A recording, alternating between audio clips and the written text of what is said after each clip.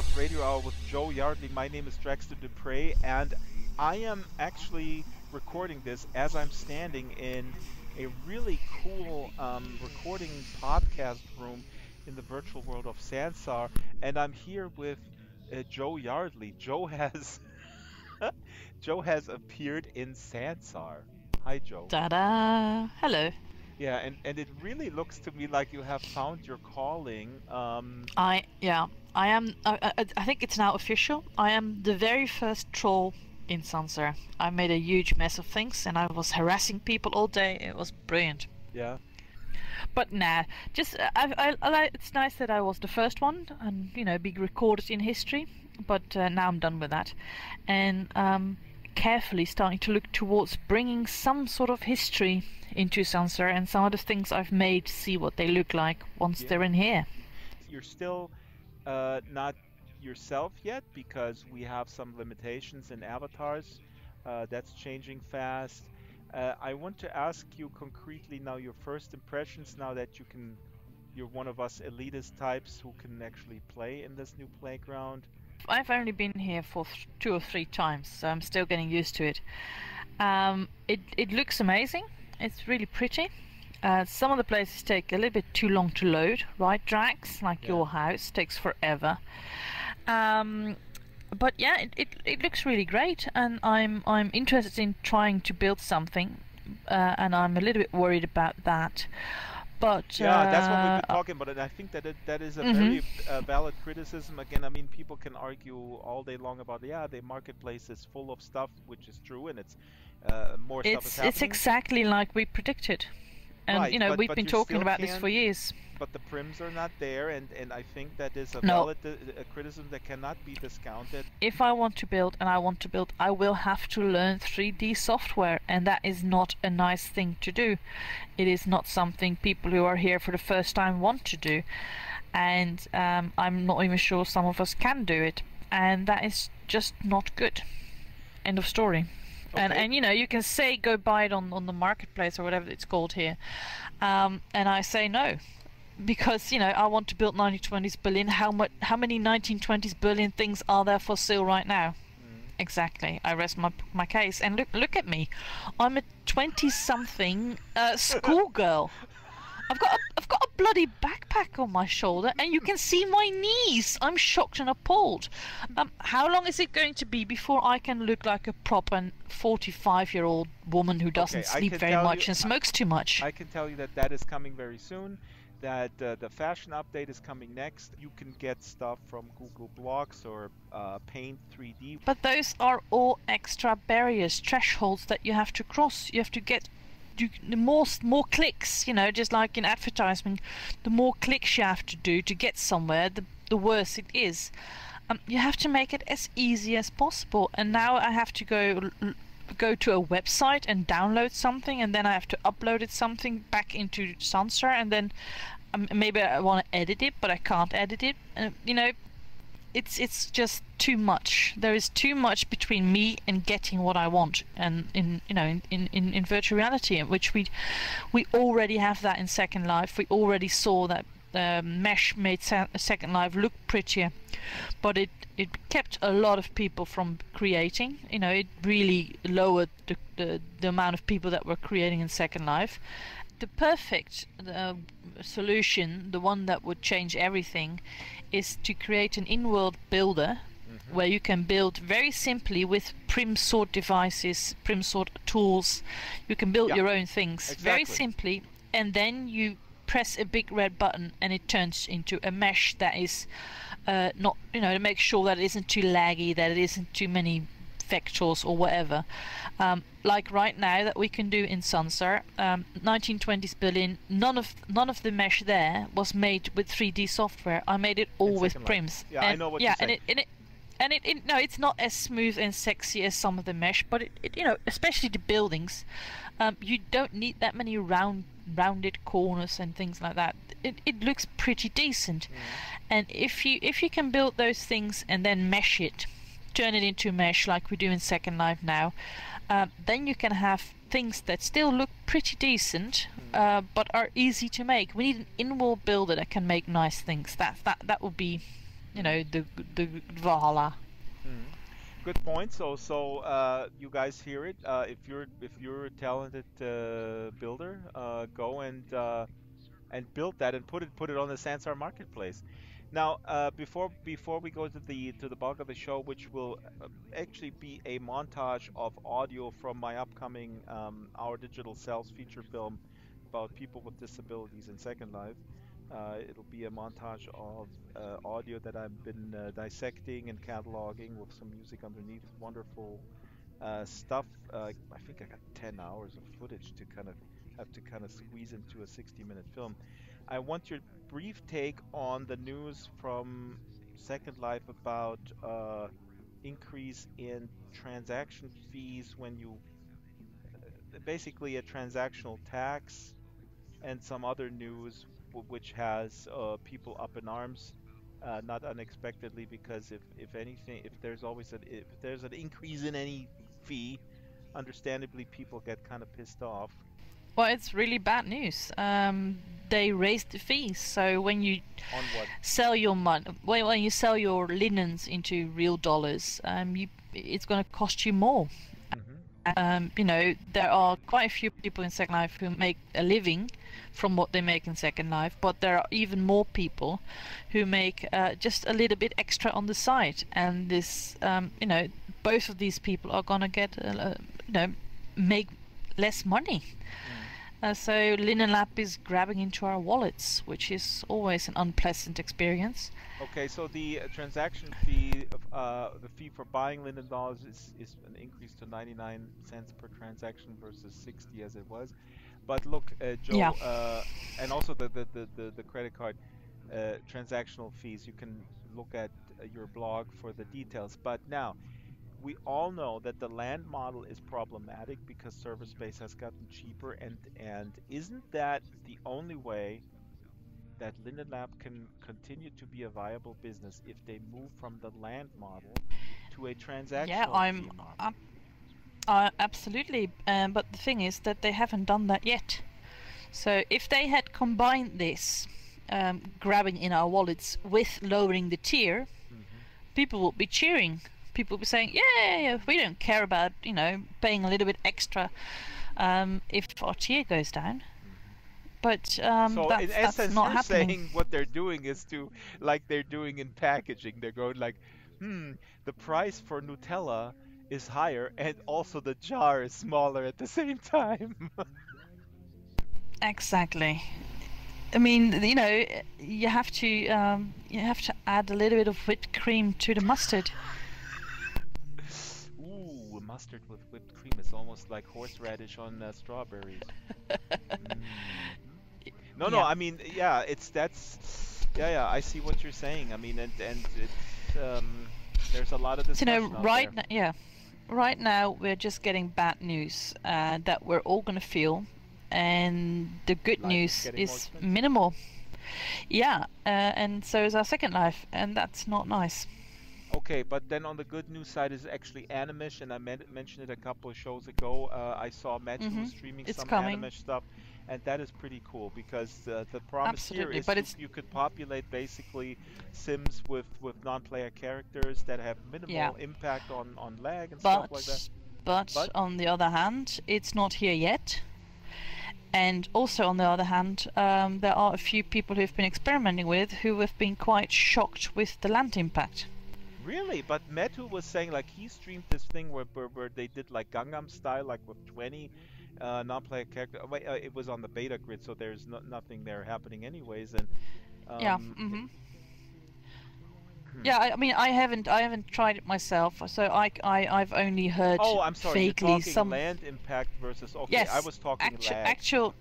Okay, No, no, not lag. Actual land. land impact. You know, Got it. if I want to put one of those animated mesh people, for instance, put a beggar in 1920 Hmm. Berlin on the street somewhere, how many prims is that going to be? Hmm. And I heard stories. I had someone saying 200 land impact on a figure, and that makes it completely useless. Hmm. So you know, it's early days and people are still experimenting with it. So you know, That we'll would make probably it have to do useless a little. because then Yeah. you have to basically weigh sort of density of objects and what the density Well, of the yeah. scene versus the liveliness of the scene. Yeah, but I've got less than 1,000 land impact left in 1920s Berlin. That Mm. means, there could be 5 people there and the sim starts exploding. Yeah. So that's not good. And, that means that having a bot, just another bot, like the old-fashioned ones, is, has no impact whatsoever. Except it's going to be laggier, Mm. but it's not going to be any land impact. So, you're back to the beginning. There's always a plus and then there's a minus or two minuses. So lastly, before we play some of the interviews that I gathered for the feature, is that and that was also has been announced many times. Now it's happening. The SL infrastructure and the whole content and everything is moving to the cloud. A friend of mine, a tech friend, says that it's going to make routing for people in Europe a lot better, which Hmm. would mean less lag, which is good. And they can also use their processors, the source, their resources. So, it's going to make things a little bit easier for Linden Lab as well. So, yeah, it could mean, and we're just hoping and praying here, that lag is going down, but Linden Lab is also going to be able to lower their costs and thus Yeah. our costs. So if they had waited a little bit with their raising, of the costs till they had this, other Yeah. improvements, Yeah. it would have hurt less. Joe, you're very good at this. It's almost like you're saying, like, give the child a bar of chocolate first before you Yes. tell him that he failed Exactly. Well, class or yeah. something. Exactly. Well, before I joined Second Life, I used to be propaganda minister of a third world country. So Yeah. Yeah.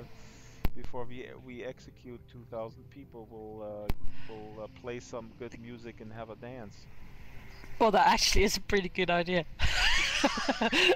Okay. It's the best way to end any party. Yeah, well, and that's gonna end this conversation because for the rest of the show, I would like to play a little montage of the And of, then we die.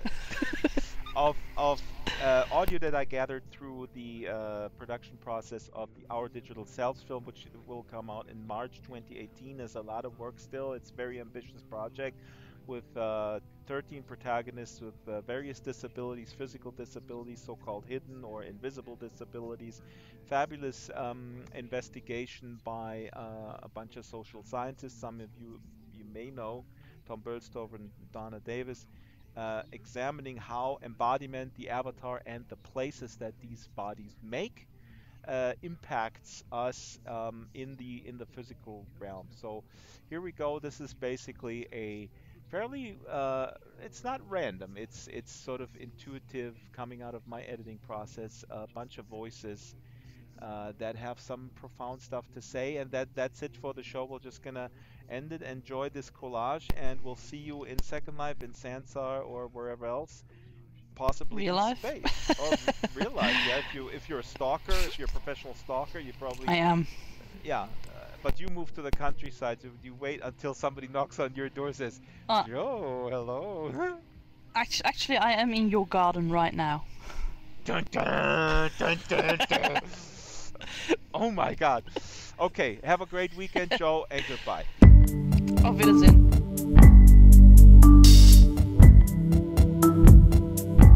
Entering into disability, the whole thing is a maze. And I think if you're born into disability, right, then the people who face a lot of that maze are your parents, right? Because nobody plans. And this is just the truth. You don't plan for disability. And if you did, you'd spend a whole lot of time doing it because it's complicated. My name in Second Life is Shyla the Super Gecko. So I actually am quite a colourful gecko. I have some blue eyes and kind of neon green arms. And I'm a super gecko because I wear a cape. My thing is, I'm thinking it's not physical. It's not actually physical. I still make a difference between what's here in the game, which to me is virtual reality, and then what's real in real life. My name in Second Life is Melina Foxclaw. I still think that's different, even though I'm using it. Because I come here and sit over there at that draft table to work on my blog, or I'll come here and build stuff. My initial treatment was very harsh. I mean, we actually chose to go with a more mild chemo, but I was already in bad shape. Once I stopped working, it seemed like that's when things started spiraling down. No, I don't have a headset. I think it's probably about as big as I am in real life, yeah. Yeah, because I'm only a little person, 3 foot 3 inches tall. And my disability does sort of obviously affect my bones and my neck and what have you, so I don't think it'd be a good idea to try and wear something that large and heavy on my head. It's liable to injure me, I reckon. My name in Second Life is Daisy Gator. Well, I'm Eleanor Cayman Sands in the physical world. I have the 2 identities in Second Life, and it just seemed like an obvious thing to do, really. Why keep them apart? Both are an important part of my life, and that's the way it goes, really. To be honest, I don't know who I am anymore. I've got so many different personas and, names, and it gets quite complicated. Hello, Drax. My name is Drax. I suffer from a post-traumatic stress disorder, and the main effect on me was a shutdown to the world around me. I have no family, very few friends, and a strong sense of difference from people brought me on the top of an ivory tower, untouchable and distant. For a case and just for curiosity, I joined Second Life, and after the first month I found my path. To be useful, helping others, sharing my skills and learning new ones day by day gave me the motivation to open myself to unknown people. In few words, Second Life is my therapy and my Neverland. To stay behind a monitor, I can feel safe.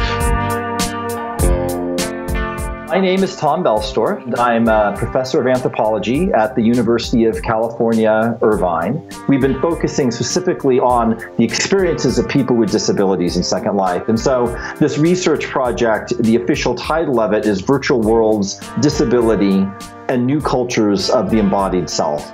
In Second Life, I am Trady Felicimo. In the physical world, I am Dr. Donna Davis. We have a 3-year NSF grant studying the effects of embodiment and interaction in Second Life and in VR. Disabilities and abilities come in lots of different sizes, shapes, and flavors.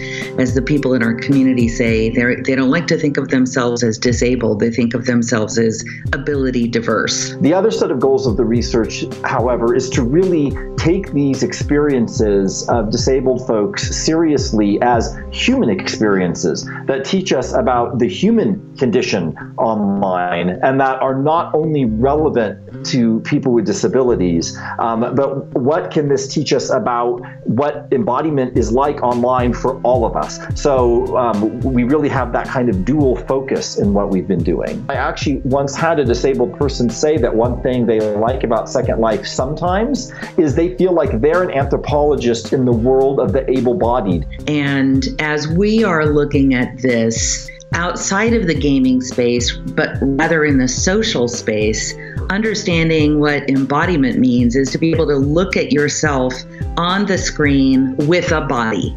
My name in Second Life is Kath McGill. I'm 57 years old. I have a variety of different disabilities that have compiled, that's not the word, cascade.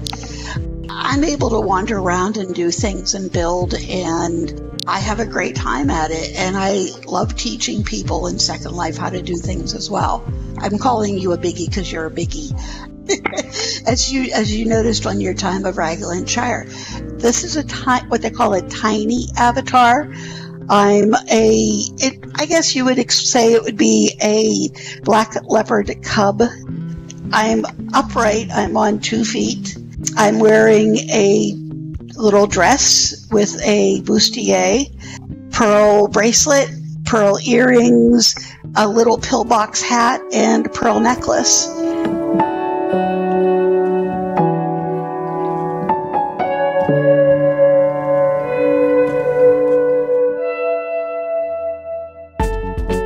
My name in Second Life is Fidgets Widgets.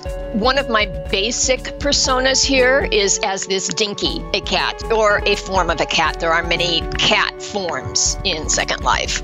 I have one art mannequin, and that makes me look like one of those little, bendy wooden art mannequins. I've been called a high-functioning person. And let me tell you, that kind of label is really disturbing.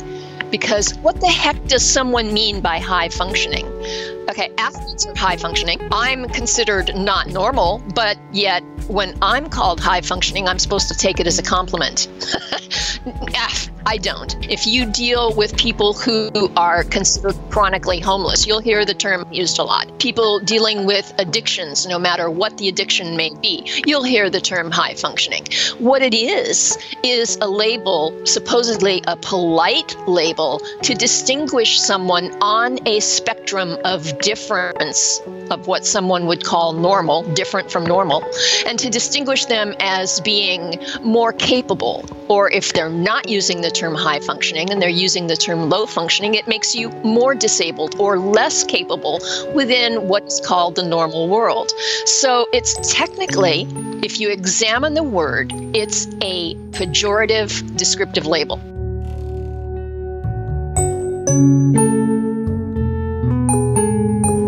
I don't always feel like I can share, but when I do, I hope that other people are feeling that same thing that I feel when I hear them say certain things. Especially with people with disabilities, they may or may not choose to identify their avatar in a wheelchair. Some say, I want to be in the wheelchair because this is part of who I am, and I want people to know me for me and understand and respect who I am for me.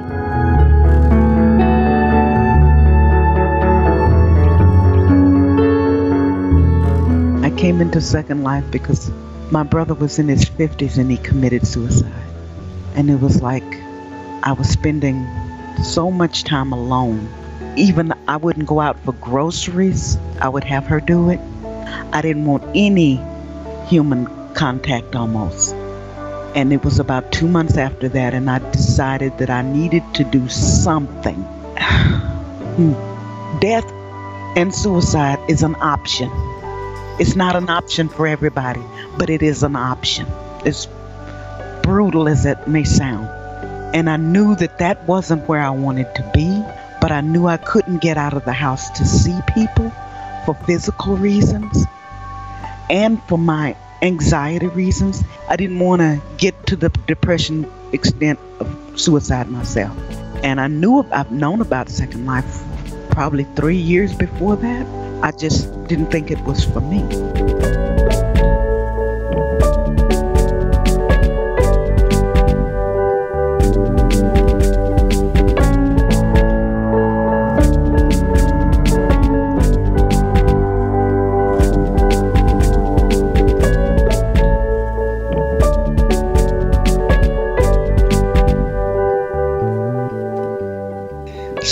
For me, what does Second Life do for me? What does it mean to me? It's an extension of my life.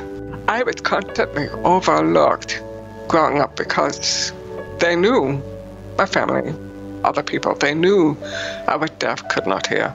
So I became a part of the scenery for them. And for me, it just gave me more opportunity to notice the world around me.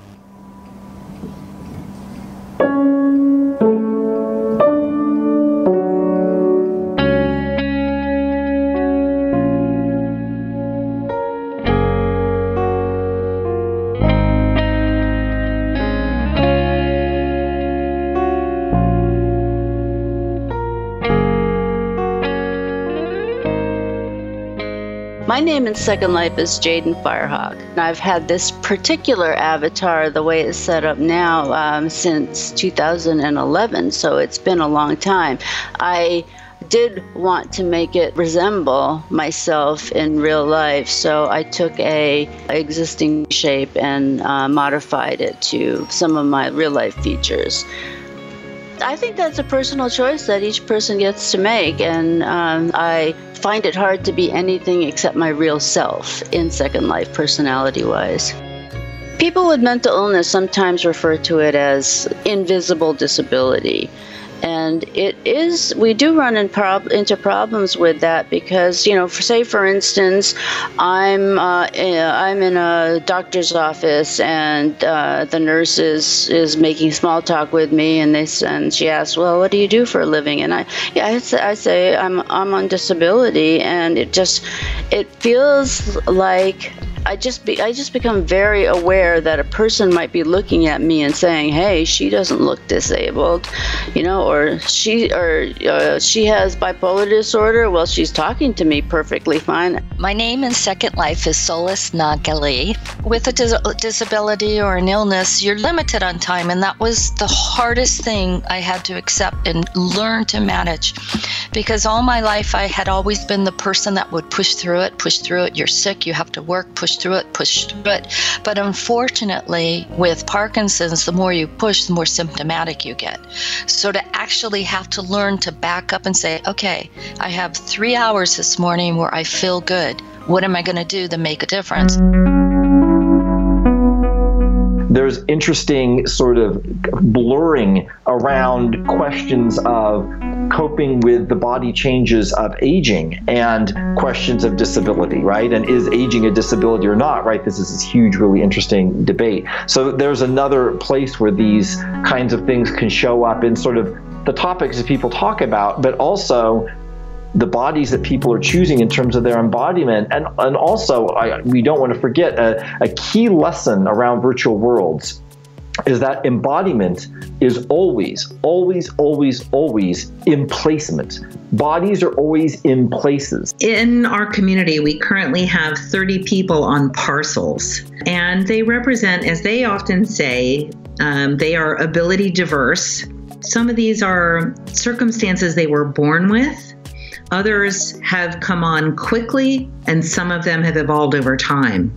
We think we can put ourselves in each other's shoes and say, I understand what you mean, but you can't.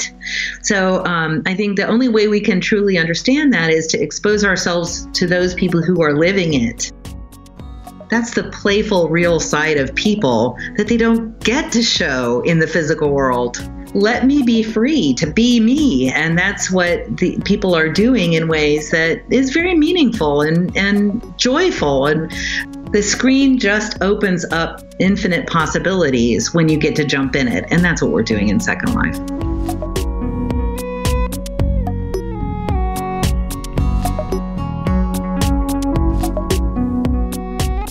The Drax Files Radio Hour with Joe Yardley is a weekly production of Basic Drax Entertainment. The show is supported by Time Portal, SL Artist, Warbug, Bay City You Know for Kids, 01 Heavy Industries Corporation, Extraordinary, Ionic, Maven Homes, Giza Creations, Botanical, Strawberry Sing, Abranimations, Eros Avatars, Caravel Design, The Cube Republic, What Next, Landscapes Unlimited, Fallen Gods Incorporated, and Death Row Designs. Thumbnail by Justin Esparza. Contact the show via Skype, DraxFiles, Avatar DraxFiles, or email radio@draxfiles.com.